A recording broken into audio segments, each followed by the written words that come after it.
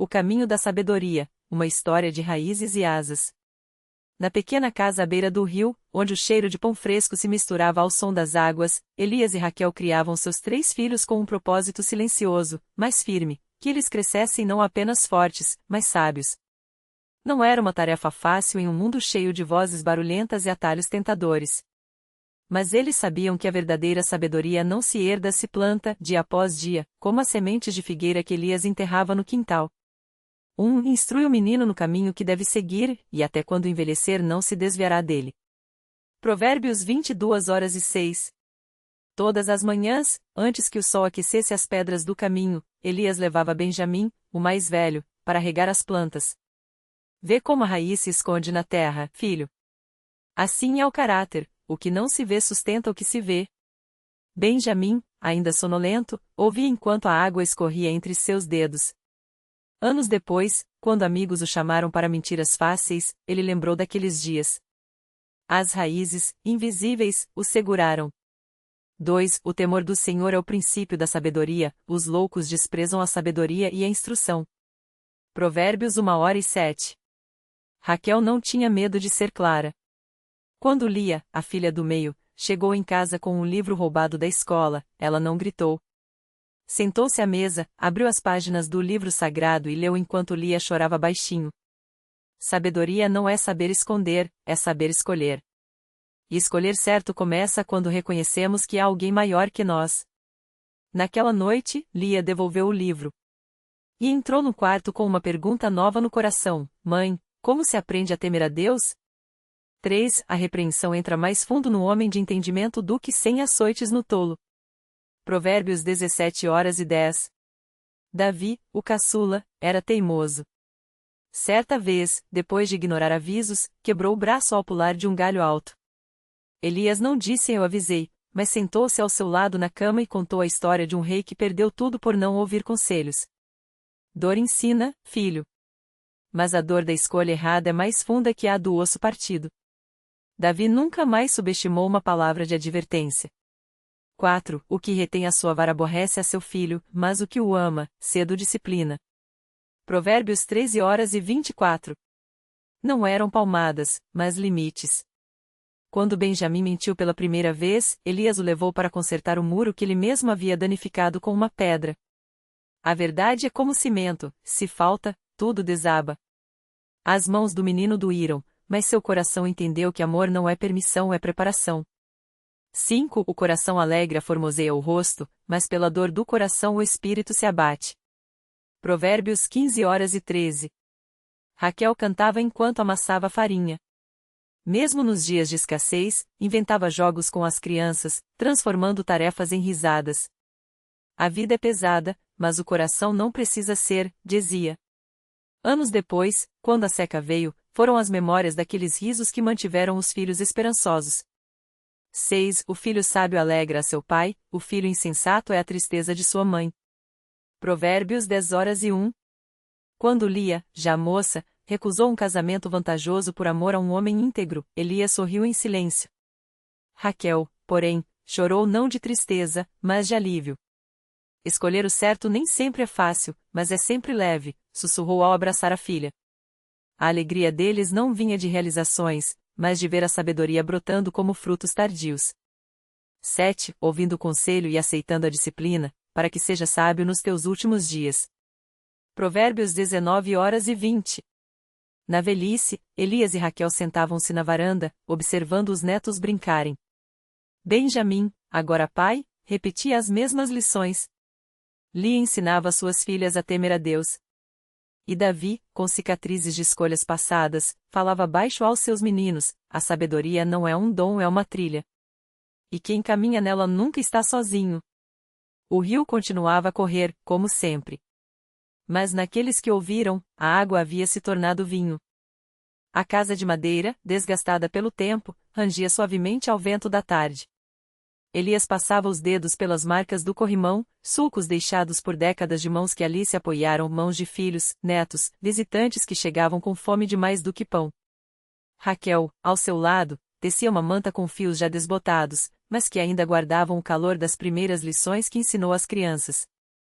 Não eram pontos perfeitos, eram pontos vivos. No quintal, as risadas dos netos se misturavam ao farfalhar das folhas da figueira que Elias plantara quando Lia nasceu.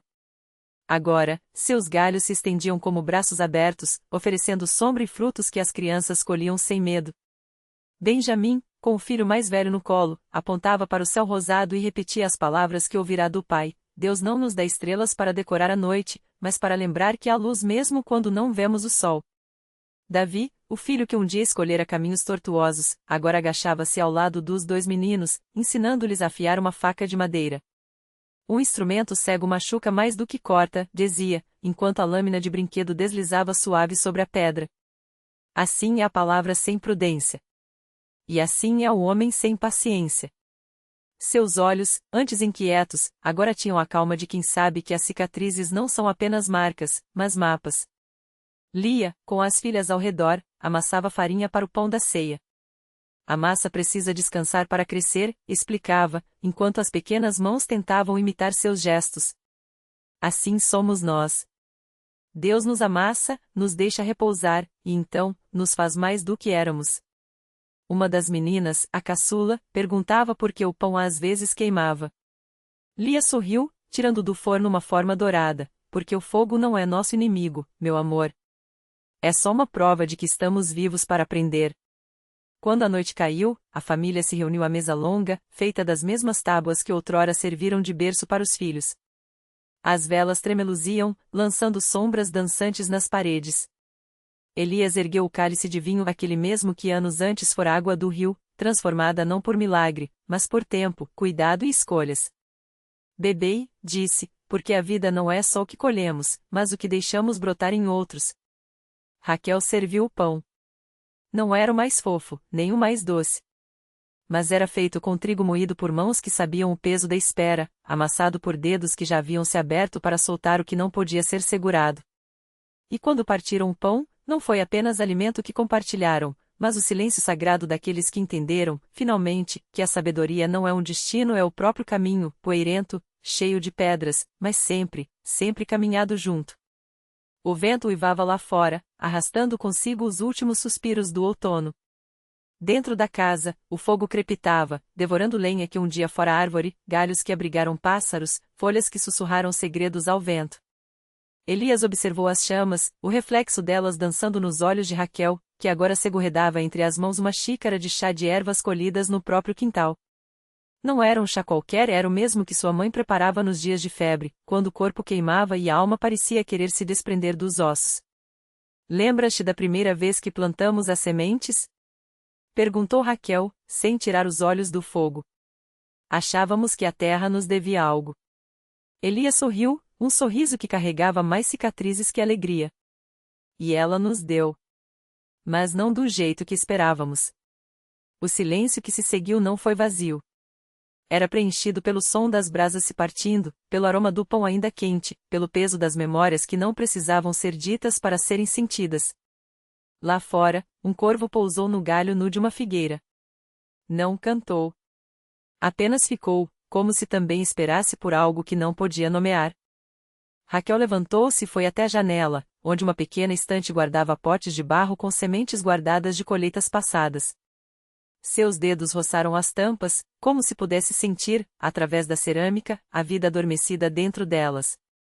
Às vezes penso, disse, finalmente, que passamos tanto tempo tentando não perder nada, que esquecemos que perder também é uma forma de semear.